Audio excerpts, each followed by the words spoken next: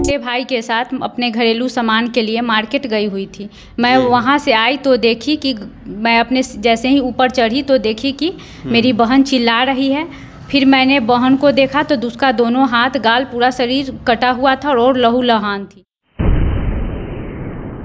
और एक चोर टाइप का आदमी मेरे घर में था। मैंने बहन को नीचे लाया और मेरा 11 वर्षीय बेटा भी था, उसको भी मैंने नीचे लाया और नीचे लाके बाहर गेट के बाहर बंद किया। उसके बाद मैंने अपने सीसीटीवी फुटेज को खंगाला तो उसमें मैंने देखा कि एक 20-22 वर्ष का लड़का, काला टाइप का लड़का था, जो कि मेरे घर में घुस गया था और घर से जाते ही घर में जाके मेरे बारे में पता किया कि दिलीप सिंह की पत्नी कहाँ है। मेरी बहन बोली कि तुम नीचे जाओ, मेरी बहन अभी घर में नहीं है। इतना कहने पर वो चाकू से उस पर ताबड़तोड़ वार कर दिया और मेरी बहन अपने आप को बचाने के क्रम में उसका पूरा हाथ गाल पूरा मतलब बुरी तरह से लहूलुहान हो गई। फिर हम लोग सर ये डुमरी में जो एडवोकेट अमृता कुमारी के साथ जो रात में घटना घटी थी, उनकी छोटी बहन के साथ चाकूबाजी की गई, जानलेवा हमला किया गया, तो वो आपको ये आकर के सदर में आवेदन दिए हैं, वो FIR उन्होंने दर्ज कराई है, तो इस पे आपके माध्यम से क्या किया जा रहा है? अनुसंधान हो रहा है। घटना घटी है और जख्मी है। प्रशांत हॉस्पिटल में उनका इलाज भी हुआ था। कल उन्होंने लिख के दिया है, अभी अज्ञात उन्होंने लिख के दिया है। कुछ फुटेज भी हम लोग चेक किए हैं, कारण अनुसंधान अंतर्गत है। कारण स्पष्ट नहीं, ये भी है, जब कारण बता देंगे तो और हम लोग को सुविधा होगी। मतलब कि जब इसकी अनुसंधान की जा रही है और जैसे ही कारण स्पष्ट होगा तो इसके बारे में ज़्यादा हम लोग तेज कर पाएंगे ना। जैसे किसी कारण से जो है होता है तो हम लोग उन्हीं को खोजेंगे जिससे उनका कुछ दुश्मनी हो या कोई और भी मतलब कि इनके पीछे के तथ्यों को भी ये जानने का बिल्कुल वितर्क नहीं, जो भी तथ्य है हो या जमीन अभी नहीं कर सकते हैं क्या है ना, जब तक कि वो स्पष्ट नहीं कर पाएंगी। बाकी हम लोग अपने ढंग से उसका कर रहे हैं और निश्चित ही इसका हम लोग खोज पा देंगे। धन्यवाद। नमस्कार, आप देख रहे हैं कनेक्टिंग बिहार न्यूज़। डुमरी नगर सदर नगर क्षेत्र के डुमरी मोहल्ला में एक यहाँ पे विगत 2 दिन पहले एक घटना घटी है और जैसे ही मुझे जानकारी मिली कि यहाँ पे इस घटना जिस प्रकार की घटी है, जो घटना जिनके साथ घटी है ये पेशे से वकील हैं और ऊपर से महिला हैं और यहाँ पे ये अपने मुजफ्फरपुर में ये वकालत करती है और इनके साथ में जिस प्रकार की घटना घटी इसके बारे में हम जानकारी लेना चाहेंगे।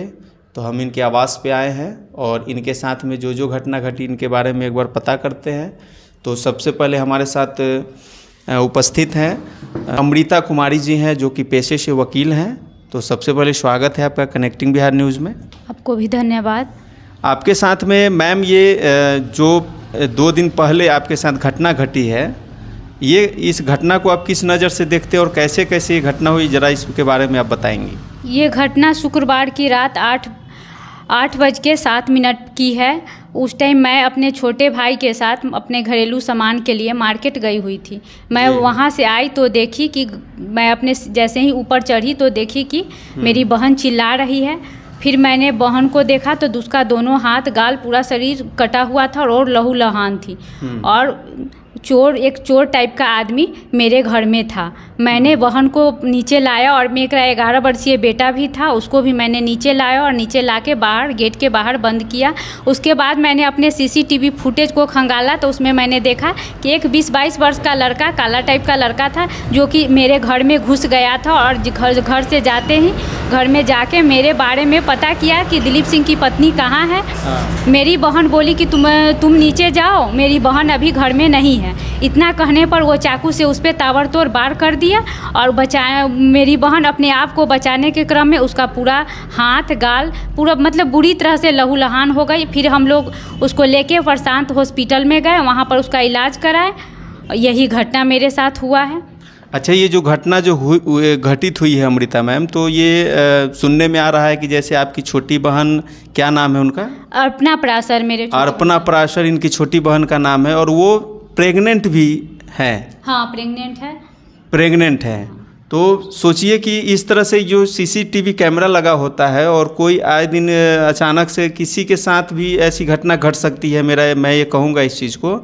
और अचानक से किसी भी फैमिली क्वार्टर में आता है, किन्हीं के भी मकान में घुस जाता है इस तरह के उपद्रवी टाइप के लोग, चाहे उनकी मंशा जिस प्रकार की हो, और जैसे ही यहाँ पे आते हैं और लूटपाट की नीयत से, और लूटपाट के साथ साथ यहाँ पे एक जानलेवा हमला किया जाता है, तो कहीं इस जानलेवा हमला के पीछे पुराना रंजिश भी तो नहीं है? एक पुराना मेरा विवाद चल रहा है, और लूटपाट के नियत से इसको हम नहीं कह सकते हैं, क्योंकि मेरी बहन ने अपने जान को बचाने के क्रम में उसको पैसा भी दिया, जिस पैसा को मैं दूंगी, थाना वाले आते हैं तो मैं उनको सबूत के तौर पर दूंगी, पैसा देने का कोशिश की, चैन देने का कोशिश की कि तुम पैसा लेके चले जाओ, मेरे को बकस दो, लेकिन वो कुछ पैसा वैसा लेने अच्छा, वो जो हमलावर आया था, तो आपकी बहन जो है वो उसको पैसा गहना जो भी था दे करके बकसने के लिए बोल रही थी कि भाई तुम चले जाओ, कि तुम हमको बकस, वो गुहार लगा रही थी कि तुम हमको बकस दो, मेरे जान को बकस दो, मेरा जो बच्चा था उसको बकसने के लिए। लेकिन उसकी नीयत थी जान मारने की नीयत थी, उसको पैसा से मतलब नहीं था।